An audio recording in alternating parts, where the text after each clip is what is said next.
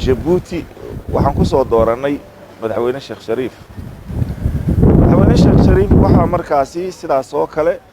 nasiib ay u yeelatay ama baarlamaankii isaga ee xilligaasi jiray in 275 xubnood oo maxaakiimtu kaliya ee saafi ay u tahay ee aanan doorasho dadban wala doorasho qof iyo cod wala mid oday iyo maartay nabadoon iyo ugaas aanan faragelin iyo mid ra'yi kule aanan jirin ayaa iyaga soo xusheen ayaana 500 iyo waxay noqotay ilaahay kuma samadiiday konton iyo maartay 5 xubnood saan filayo markii la isku daro 275 iyo 275 waa 500 iyo waxa la jiro marka tii marxalad baa looga soo gudbay raalli baan la iskaga ahaa wax dhibaato aan ma dhicin haddana meeshaasi hal sano oo dheeraad ah ayaa gaabsi aanan u dhicin dalka ayaa waxa fursad loo siiyay madaxweyne Sheekh Shariif inuu hogaamiyo dalka hay'adihii dastuurigan ay shaqeeyaan ilaahay khayr asiyo madaxweyne Sheekh Shariif markii isagana sidaasi nidaamkii doorasho iyo sidii loogu talagalay iyagana inuu xilka ku wareejiyo madaxweyne cusubna la soo doorto iyo baarlamaan waxaa fursad loo helay in lagu doorto dalka gudihiisa madaxweyne xasan sheekh maxamuud oo lagu doortay iskoola bulisiya oo cod aqlabiyad la isagana kaga guuleystay Sheekh Shariif sidaasna isagana hogaankii bedeli lahaa dawladdii waliba ku meel gaarkiina looga baxay uu noo noqday madaxweyne xasan xilligiisii markii la gaaray xilligiisii iyo waliba intaanan la gaarin ma garatay baarlamaankii waqtigii isaga la rabay inuu hawshii la sii wado ayaa baarlamaankii uu iska hormariyay baarlamaankii baa kaligiisii la diray la fasaxay madal wax la yiraahdo ayaana la sameeyay hawshii baarlamaanka ee dastuuriga uu lahaa ayaa waxaa la wareegay madal oo ayaga ay noqdeen xilligii loogu talagalay ay hayd 4 sano inay 6 bilood iyagana ay ku sii darsadaan oo ay doorasho ay gaarsiiyaan oo dadban oona asna uu ku soo bixi doono markii la gaaray madaxtinimadii doorashadii madaxweyne maxamed cabdullaahi farmaajo oo xilligan oo asaga uu yahay madaxweynaha jamhuuriyadda ee Soomaaliya marka waxa kan horta wax ugu maaha ama wax curato oo hadda maartay la bilaabayo ma aha ma gartay umad Soomaaliyeed marka mar waliba waxay diyaar u tahay in xal mar waliba haddii caqabad ay timaado in aanan imaanin wax la yiraahdo inuu wadanka gaab galo ama inuu wadanka jahwareer siyaasadeed uu galo ama in masiirka ummadda Soomaaliyeed uu marin habow noqdo marka maadaama anaga maamul goboleedya hadda ayaga ay samaysmeen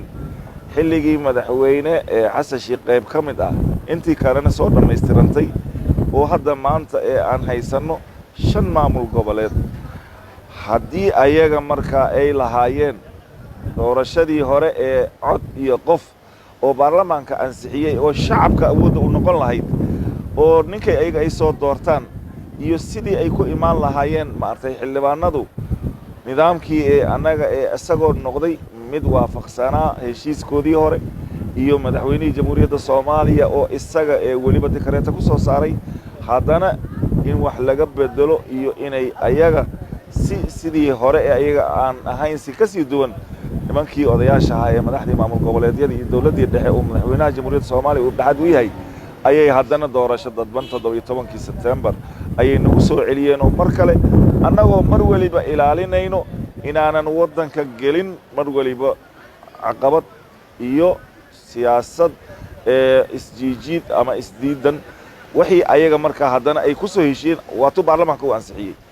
marka 17 qodob oo ayaga ay ku soo heshiyeen iyo qodob dastuuri ah ayaa waxay dhahayaan intaba baarlamaanka Soomaaliyeed ee hadda jira waxa bedelaya baarlamaan kale ee la soo doortay inta baarlamaanka laga soo dooranayana si sharci ah oo leh salaaxiyadii dhammaan ee horay u lahaa ayuu hawshiisii iyo shaqadii asaga loo igmaday ayuu usii wadayaa marka horta baarlamaanka dad baa ku naqdinaya dhahaya baarlamaanka waa expire baarlamaanka maaragtay sharciyad ma laha baarlamaanka muddadiisa waa u dhammaatay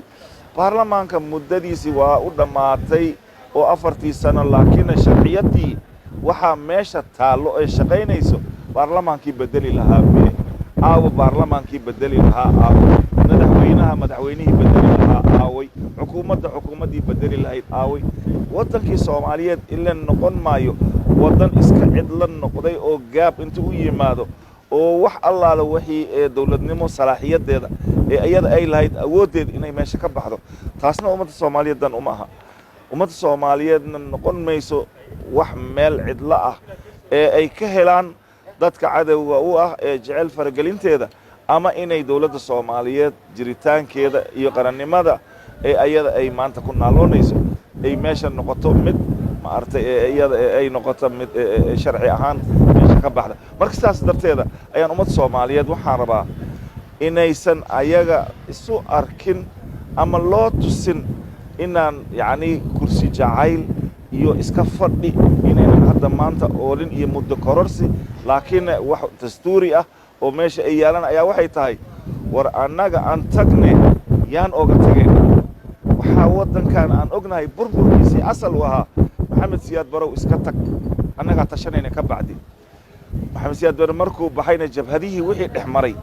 waa wixii burburkii keenay waddanka ayadoo aanan loo haynin hoggaan lagu midaysan yahay iyo nidaam oo dastuuri ah oo dawladdii sharciga ahayd markii meesha ka baxday dawladdii bedeli lahayd marka mar waliba annagoo ka ilaalin ummadda Soomaaliyeed inaan dhibaatadii dhacday 91 ee dawlad la'aantii iyo 30 sano iska jahwareerkii jiray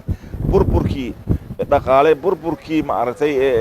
maartay hantiyeed ee ummadda Soomaaliyeed qaxi iyo rafaadkii iyo wixii maanta ee Soomaaliya soo gaaray in dawlad la'aan darteed inay dib ugu noqoto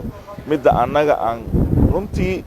dadka Soomaaliyeed ee waajibka naga saaran ilaahayna aan hortiisa ugu dhaaranay inaan ka badbaadino haddii ay tahay dawladda mid parliamentarian awoodana ay ugu jirto ilaahay ka sokow gacanta baarlamaanka Soomaaliyeed ee ka kooban 2 aqal wala shacbi iyo aqal sare sidaas ayay hawsheenii ay maanta ku tahay mid sharci ah ayna ku socotaa haddaan nahay baarlamaanka Soomaaliyeed